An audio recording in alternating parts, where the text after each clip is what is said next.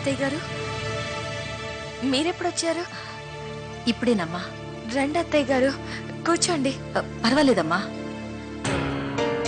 అమ్మ ఎక్కడుంది? అమ్మ అటువైపు బియ్యం ఆరబోస్తోంది. పిలవమంటారా? ఆహా, వద్దొద్దు. బామ్మగారు? బామ్మగారు వడ్డీ డబ్బులు వసూలు చేయడానికి బయటికి వెళ్ళింది. ఆహా, ముందు మీరు కూర్చోండి. వద్దులే గాని మరి సత్య? అదిగో ఆ గదిలో నిద్రపోతోంది. ఓహో, అయితే కరెక్ట్ టైంకి వచ్చానన్నమాట. అక్కని లేపమంటారా? వద్దమ్మా, వద్దు. నీతో ఒక 5 నిమిషాలు మాట్లాడాలి. రామ్మా.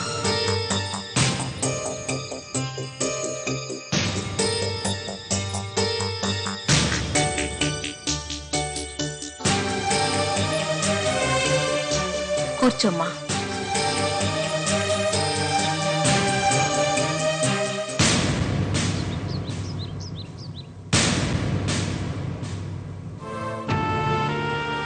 నీతో ఈ విషయం ఎలా చెప్పాలో నాకు అర్థం కావట్లేదమ్మా. కానీ చెప్పక తప్పదు. రాధిక, నేను నీతో మాట్లాడటానికి వచ్చానమ్మా. సత్య ఎందుకింత అఘాయిత్యానికి పూనుకుందో నీకు తెలుసు. తను ఆత్మహత్య చేసుకోబోయింది అన్న విషయాన్ని ఇటు మీ నాన్నగారికి అటు మాధవ్ నాన్నగారికి తెలియకుండా దాచిపెట్టడానికి ఎంత కష్టపడాల్సి వచ్చిందో నీకు తెలుసా? రాధిక,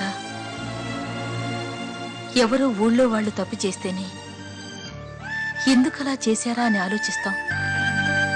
తప్పో ఒప్పో, మంచో చెడో, మాధవ్కి నీకు మధ్య ఏం జరిగిందో ఏమో అది మీకే తెలుసు.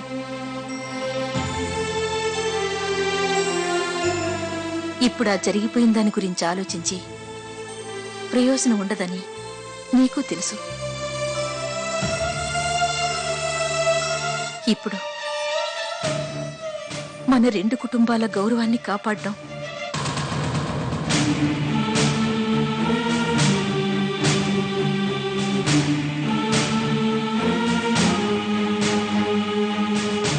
నీ చేతుల్లో, కేవలం నీ చేతుల్లో మాత్రమే ఉంది.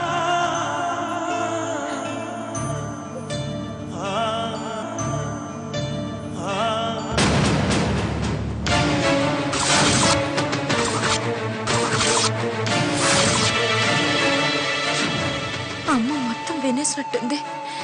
ఇప్పుడు అమ్మ అడిగితే నేనేం సమాధానం చెప్పాలి? రాధిక, నీ గురించి మీ అక్క మీ బామ్మ ఎన్నోసార్లు ఎన్నో విధాలుగా మాట్లాడినా నేను ఎప్పుడూ వాళ్ల మాటల్ని పట్టించుకోలేదు. మాధవ్ మనసులో నువ్వు ఉన్నావు, అతను నిన్నే ఆరాధిస్తున్నాడు కాబట్టి అతని మనసు మార్చి మాధవ్ సత్యల కాపురాన్ని కాపాడి 2 కుటుంబాల పరువు పోకుండా చూడు అంటూ ఈరోజు ఆ మాధవ్ తల్లి స్వయంగా వచ్చి నిన్ను ప్రాధేయపడుతుంటే కళ్ల ముందు కనిపిస్తున్న వాస్తవాల్ని నమ్మాలో, కూతురు మీదున్న నమ్మకాన్ని నమ్మాలో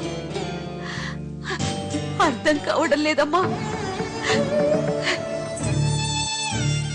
నువ్వు పసిగుడ్డుగా ఉన్నప్పుడు మీ నాన్నగారు నిన్ను పురిటిగుడ్డలో పెట్టుకుని తీసుకొచ్చి ఈ రోజు నుండి ఈ బిడ్డకి మనమే అమ్మా నాన్నలు అవ్వాలి సునంద అంటూ నిన్ను నా చేతుల్లో పెట్టిన క్షణం నుండి అయితే చెప్పమ్మా, నీ మనసులో అసలేముందో ఈ తల్లికైనా చెప్పు తల్లి, చెప్పమ్మా, చెప్పమ్మా, చెప్పు.